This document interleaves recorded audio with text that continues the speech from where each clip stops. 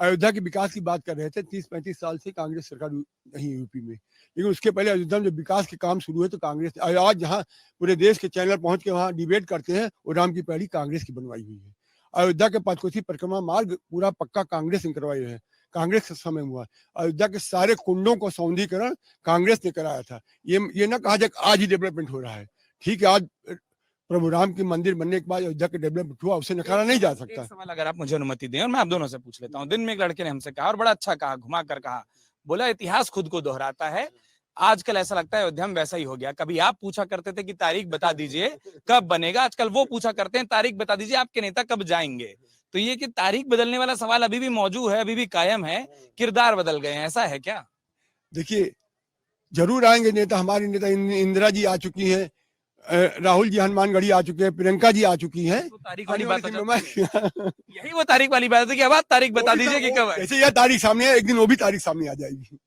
हाँ, अब संयोग से विधायक जी भी हैं और सदन में भी मुखरित विधायक हैं। यहाँ 5 गांवों का फिर से अधिग्रहण हो रहा है। हम आपसे सिफारिश करते हैं कि उनका मालियत बढ़वा दीजिए, उन किसानों को इतना पैसा मिल जाए कहीं और बच सके।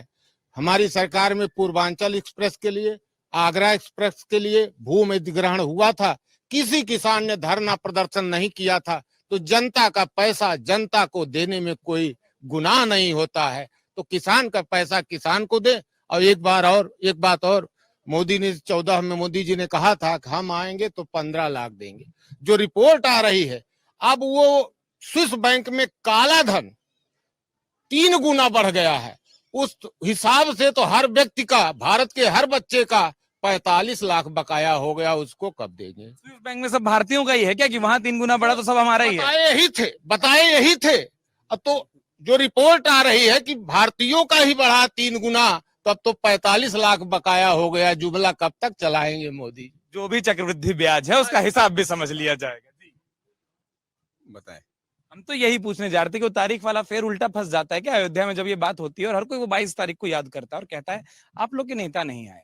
इस सवाल का जवाब देना जनता के बीच में मुश्किल होता है क्या? बिल्कुल नहीं, राम हमारे आराध्य हैं। जैसे मुझसे आप प्रश्न कर रहे हैं, मैं सूर्यवंशी राजपूत हूँ और इसी 14 कोस में मैं रहता हूँ और मैं उनके खानदान का हूँ, आप कह सकते हैं। ये बहुत बढ़िया बोला है ना, खानदान का ही मामला है। हाँ। सुनिए, नहीं, हाँ मैं वही कहने जा रहा था। जरा ये बता दें कि जो ट्रस्ट का निर्माण हुआ है उसमें एक भी छत्री है, वो भी सूर्यवंशी। सूर्यवंशियों ने यहाँ पे जूता नहीं पहनते थे, सर पे टोपी नहीं, छाता नहीं लगाते थे धूप में, पगड़ी नहीं बांधते थे, लेकिन हमने वो स्टोरी की है जाकर, हम किए हैं। तो जैसे प्रभु राम को कह रहे थे, तो राम तो हमारे आराध्य हैं। जैसे राजेंद्र भैया ने कहा, जिसको चिमका के राम की पैड़ी को ये पूरी दुनिया में जो है गिनीज बुक में अपना नाम दर्ज कराते हैं, किसने बनवाया था? कांग्रेस पार्टी ने बनवाया था ना। हमला कर रहे थे कि कांग्रेस लूट ली। बंगारू लक्ष्मण को किसने 1 लाख रुपया घूस लेते हुए देखा था? वो क्या वो दान कर रहे थे? क्या कर रहे थे वो? तो ऐसा नहीं है, राम के पीछे छिपने की कोशिश ना करें। ये 2 करोड़ रोजगार का वादा जो किया था उसका जवाब दें। हाँ, इन्होंने रोजगार नहीं दिया, एक रास्ता बताया कि नाली के गैस से गैस निकालो और पकौड़ा तलो, ये जरूर बता दिया इन्होंने। तो मुद्दे पे आवे जी कि इस सरकार ने 2 चीजों का निहायत अपमान किया है। एक तो राष्ट्रीय झंडे का जो नाली तक में फेंका गया, और दूसरे राम का जो राजनीतिकरण इन्होंने किया, उससे राम के प्रति आस्था में घटोतरी आई है पूरे देश में। जो आस्था थी, खास करके अयोध्या फैजाबाद नहीं पूरे मुल्क में, यहाँ भी राम के प्रति आस्था घटी है। और अगर नहीं घटी है तो आज आप पूरी मीडिया को खंगाल डालिए, सोशल मीडिया को, आपको बुद्ध के प्रभाव के लोग ज्यादा दिखेंगे, आपको दूसरे पंथ के लोग मिलेंगे। पहले ऐसा नहीं था।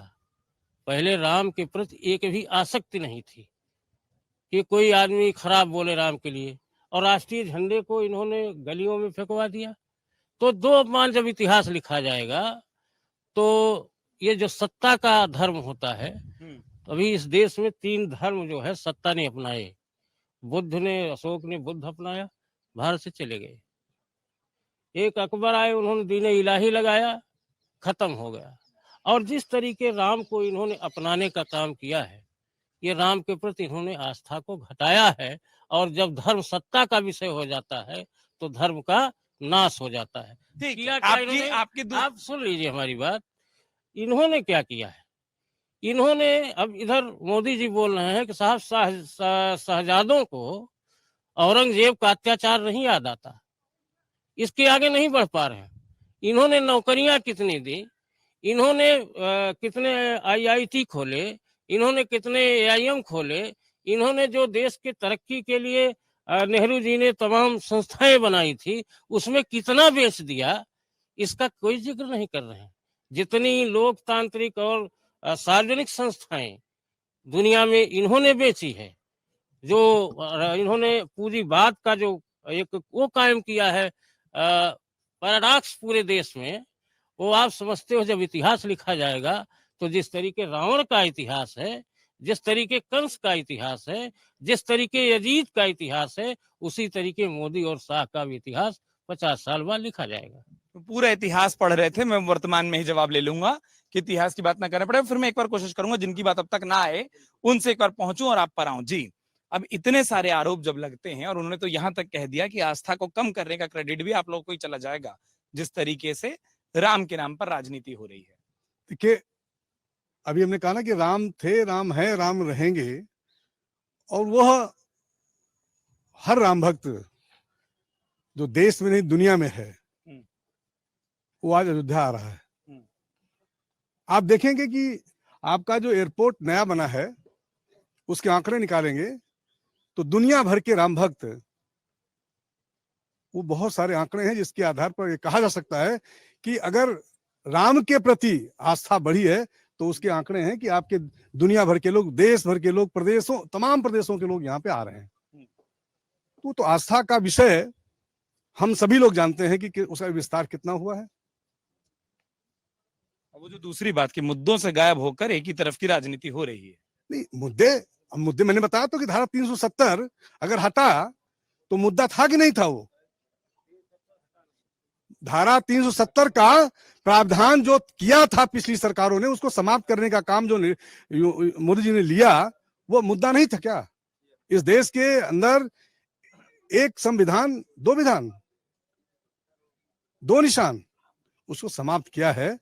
और निश्चित रूप से देश की सीमाओं को सुरक्षित करते हुए, देश की जो हमारी एक मिलीजुली संस्कृति है, उसमें अगर हम देखें तो सबको हर तरह का अवसर दिया है। आज मोदी की जितनी योजनाएं हैं उसमें सबको बराबर बराबर हिस्सा मिला है। सबका साथ, सबका विकास, सबका विश्वास।